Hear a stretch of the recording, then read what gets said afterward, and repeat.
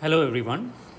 This is a video lesson on Elizabeth Losh's article, What Can a Hashtag Do?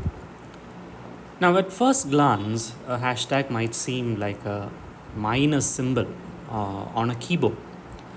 But as we'll see in this lesson, hashtags have evolved into a powerful tool that can protest injustice, form identities, and unite people across the globe. So, this particular lesson will guide you through the rhetorical force of hashtags, their political power, and also their limitations. Hashtags are no longer just digital tags. In contemporary culture, they are tools for mobilizing people. A hashtag can express political anger, it can share grief or solidarity.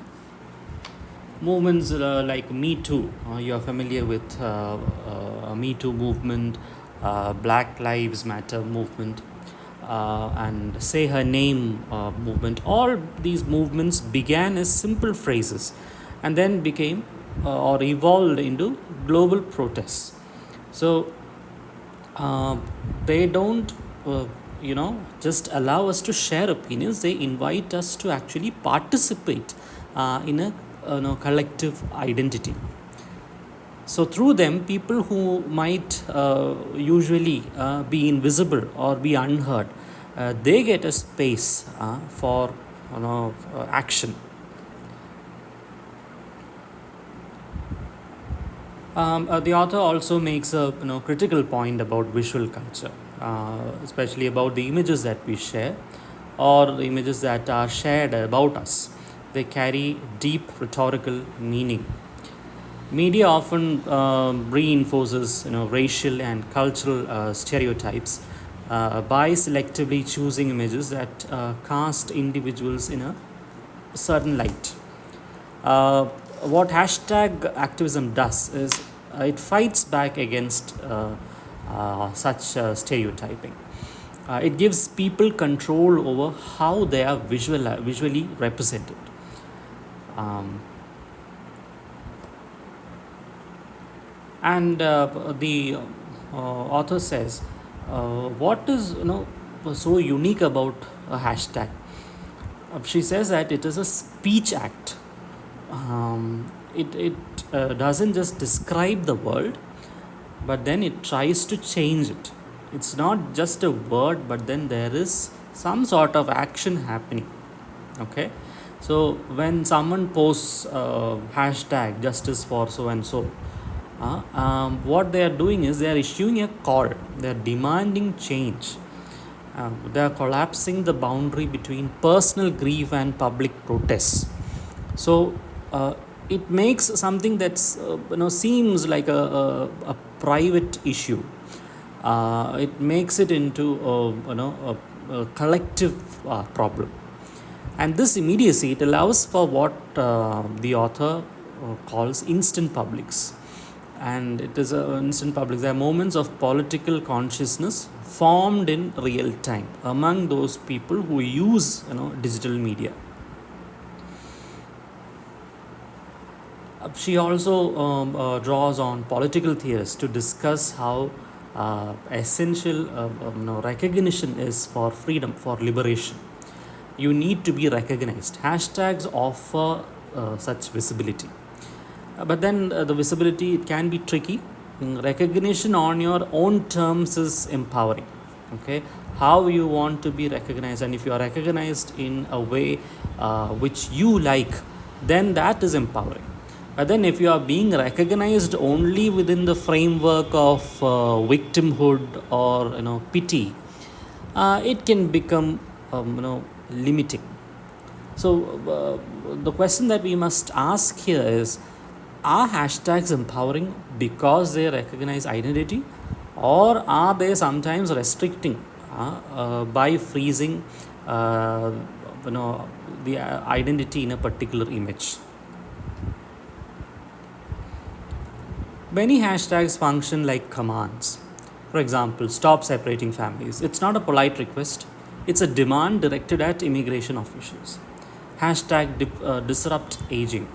It encourages older adults to defy ageism. You are very familiar with, I believe, Take a Knee, which urges, protest when the national anthem is sung, and also the infamous hashtag Make America Great Again, which is the rallying cry of the Republicans in the US, a conservative political idea. There are also single word hashtags. Even a single word can carry immense rhetorical weight. Uh, but then that is the example would be resist, which is a rallying cry against Trump administration.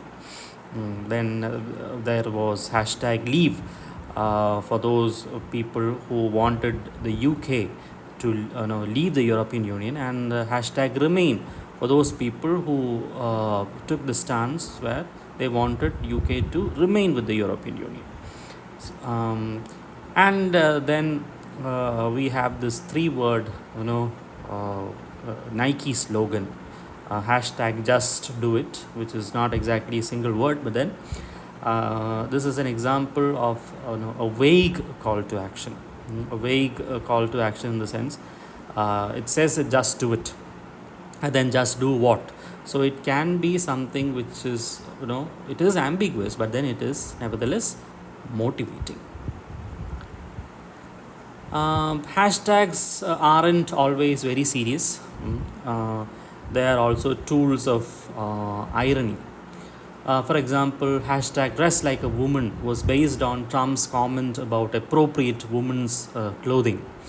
And people responded by posting images of female astronauts, surgeons, and military officers, mocking the kind of expectation. Then there was Tell Dave Everything, which poked fun at the surveillance culture in the UK. It sarcastically, suggested people, to share their secrets with the Prime Minister, who was David Cameron at that time. So, humor, satire, and irony, it becomes weapons of resistance here. And some hashtags affirm values, while others reject actions or ideologies. So, love is love asserts that all love is equal, okay, irrespective of who loves who. All love is equal. Hashtag unborn lives matter. It speaks from a pro-life stance against abortion and things like that. Then hashtag refugees welcome. They offer a counter narrative to xenophobia. Then hashtag not in my name, which is very much Indian. It rejects political violence. And there was hashtag no bill no break, which is an ultimatum on gun reform. So these hashtags clearly express moral and political positions, and these hashtags ask people, what do you stand for, and what won't you accept? And Losh also explains how hashtags simulate public gatherings. They function as digital assemblies, bringing together people who may never meet. But then those people who come together, they share a political or emotional goal. They help users feel part of a broader community. There are people like me in the other part of the world. That is the idea that you get when people use the same hashtag as yours. So you are not just tweeting, you are joining a movement. When you are just, you might think that you are typing, but then the people feel that they are joining a movement. And this feeling of togetherness, of being seen and heard, it is crucial in building resistance. Now, the author brings in J.L. Austin, the theorist who coined the idea of speech act. Speech act is a language that does something, it not just says something. Like saying, I now pronounce you husband and wife, it is just not some no, a group of words. It is not something, a group of words which describe. It actually changes the legal status of the person, people who are getting married. So law uses this to explain how hashtags perform actions. Hashtags are also like this. Hashtags don't just exist as words describing something. They perform actions, and this is where Judith Butler also comes. She says about gender. Gender is something which is performed through language and rituals. And they are acts which are repeated until they shape reality. Uh, Gender as performance. So Butler gives this classic example of when the doctor or the nurse proclaims it's a boy or it's a girl. They are performative statements. It means that they don't describe your gender, they actually assign you the gender. So once you are assigned as a boy, then you have to perform as a boy. Or once you are assigned as a girl, then you have to perform as a girl. And it is the performance that actually uh, makes your gender. That is what Judith Butler says. Every time someone addresses us in a gendered way, like calling us Mr., we are invited to perform our identity. And if you correct them, if you by correcting them, complying, or challenging, whatever it is, we are actually performing. And in protest, Butler argues that people gather not just to speak, but but to be seen. So that is what protests do. People gather not just to speak, but then they need to be visible and to exist as a political body. And even silence, like candlelight vigil, is something which is performative. And think of hashtags as digital crowds. Okay, as I said, they make people visible, they make them heard. They can be searched, counted, tracked, because all these things happen in in digital spaces. So you can easily be searched, counted, and track platforms like Twitter and Instagram. They make protests legible to both people and algorithms. Hashtags live at the intersection of grassroots power and platform control.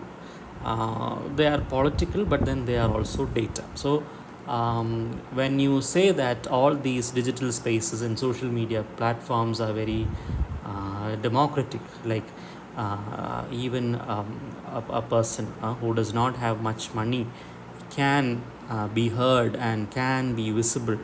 When you say all these things, you should also look at the fact that all these social media platforms are run by giant corporations, which actually can use algorithm to decide what goes viral and what shouldn't go viral. So that is also there. So grassroots power is there. Okay, everyone, any ordinary person can perform in a digital space, but at the same time, uh, who control the platform, the people who control the platform are not ordinary people, they are corporates. So that is why it is said that hashtags live at the intersection of grassroots power and platform control. Let's look at some of the famous hashtags. Hashtag bring back our girls. So in 2014, Boko Haram, which is a terrorist group, they kidnapped 276 schoolgirls in Nigeria. So this hashtag, bring back our girls, turned a local tragedy and made it into a global protest. It was used by high-profile figures like Michelle Obama and Malala Yousafzai. The campaign, it brought international pressure on the Nigerian government. It showed how Hashtags can help transcend borders and bring global attention to injustice. Then there was hashtag Girls Like Us. It was launched by Janet Mock, a black transgender activist.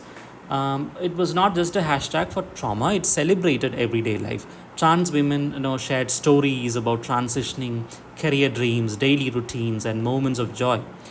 This campaign expanded the emotional vocabulary of hashtags, reminding us that visibility is also about fullness, not just survival. Then there are other hashtags which stand in solidarity, like hashtag We Stand with Paris, hashtag I Stand with Planned Parenthood. All these represent emotional and political alignment. The I in these hashtags signal personal commitment. The we signal, uh, you know, signals collective purpose. So this balance between the personal and the political is what makes hashtags powerful. They allow people to act as individuals and as a part of a movement simultaneously. Together, they can be individuals and they can be part of a larger group at the same time. Now, Me Too and Tarana Burke, this is something which is very important. It was Tarana Burke who coined Me Too, mm, original inventor of the phrase Me Too. She did this in 2006 to support survivors of sexual violence. So, not on Twitter, it was in MySpace that she actually used Me Too. But in 2017, hashtag MeToo exploded on Twitter after Alyssa Milano's tweet. So it raised global, awareness, and it also risked erasing Burke's foundational grassroots work. So everyone, Charana Burke was under threat of being forgotten for the work that she did, because especially for her work on black and marginalized women. And the hashtag Me Too movement especially focused on white women. And so this tension reveals a core dilemma. Virality can amplify voices, but it can also eclipse the originators. Sometimes when things go viral, you tend to forget the original purpose or the originators of such movements. And there are certain questions that we need to ask. Do hashtags really change anything? Well, some critics call it slacktivism, or clicktivism, because in order to become part of a movement, you just need to click. Easy to click, but then it is very something which you can do in the comfort of your home. It is easy to click, but then it is very hard to commit to a movement. So that is not actually activism. That is what certain critiques of hashtags say about hashtags. Then there are certain corporates or brands which hijack hashtags for PR. As I told you earlier, all these platforms are under the control of corporates, so they can control the algorithm. They can control the search results. They can make you invisible or unheard. It is up to them. They have the power to change whether you can be seen or not. So algorithms can prioritize some voices over the others. And in an attention economy, depth often loses to virality. Uh, what is more viral need not be something which is very deep, and things which have deep thoughts need not necessarily become viral. So hashtags are powerful, but then they are also limited. They have their limitations. Their challenge lies in translating visibility into real world change. Thank you.